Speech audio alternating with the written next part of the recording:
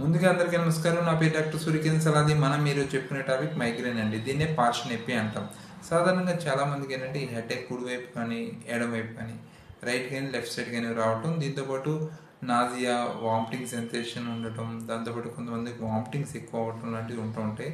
So వీళ్ళకి ఏంటంటే photophobia, like ఎక్కువ లైట్ని చూడలేరు, నెక్స్ట్ ఎక్కువ డార్క్ రూమ్లో పడుకోవాలనిపిస్తూ ఉంటుంది. కొంతమందికి ఆరాతో స్టార్ట్ అవుతుంది. ఆరా అంటే ఏంటంటే కళ్ళు మసకలు వచ్చి దాంతోపాటు హెడేక్ రావడం జరుగుతుంది అనమాట. సో ఈ లక్షణాలు వయసుతో సంబంధం లేకుండా ఎవరికైనా వచ్చే అవకాశం ఉంటుంది. సాధారణంగా మనకి ఎక్కువ ఏజ్ గ్రూప్లో ఈ ఎవరైతే 8th 9th 10th ఇంటర్మీడియట్ గ్రూప్లో పిల్లలకి ఎక్కువ స్ట్రెస్ ఉంటుంది. ఎడ్యుకేషన్ స్ట్రెస్ ఎక్కువ ఉండటం వల్ల ఏంటంటే వాళ్ళకి ఆ టైం నుంచి ఎక్కువ మందికి కనపడుతుంది అనమాట.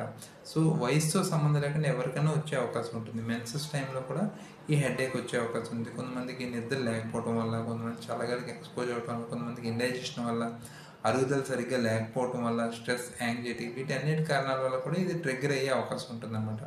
సో మనకు ట్రిగ్గర్ అయ్యే అవకాశం ఏంటో తెలుసుకుని దాని ప్రకారం ముందుగా జాగ్రత్తలు తీసుకోవడం వల్ల ఏంటంటే ఎక్కువసార్లు రిపీట్ అయ్యే అవకాశం ఉండదు. సో దీనికి హోమియోపతిలో చాలా మంచి మెడిసిన్స్ ఉన్నాయండి. హోమియోపతి ఏంటంటే మనకి కాన్స్టిట్యూషనల్గా ట్రీట్మెంట్ ఇస్తుంది, అదేవిధంగా ఎక్యూట్గా ప్రాబ్లం కూడా సాల్వ్ చేయగలుగుతుంది అనమాట. సో ప్రధానమైన కారణం అంటే ఒకటి, ఎండకి ఎక్స్పోజ్ అయిన తర్వాత నాకు ఈ హెడేక్ వచ్చింది అన్నప్పుడు గ్లోనైన్ 200 అనే మందు వాడడం, అదేవిధంగా సార్ ఓన్లీ నాకు రైట్ సైడ్ స్పెసిఫిక్గా ఉందంటే శాంగ్నీరియా 200 అనే మందు వాడడం, ఇలాంటివి అంటే సిమ్టమేటిక్గా ట్రీట్మెంట్ ఇచ్చుకుంటూ దాంతోపాటు పర్మనెంట్గా రిలీఫ్ ఇవ్వడం కోసం హోమియోపతి చాలా పాపం చేస్తుంది. కాబట్టి మీకు ఎవరైనా మైగ్రేన్తో సఫర్ అవుతున్నారు, మేము చాలా రకాల ట్రీట్మెంట్ తీసుకున్నాం అన్నప్పుడు హోమియోపతిని కూడా కన్సల్ట్ చేయండి.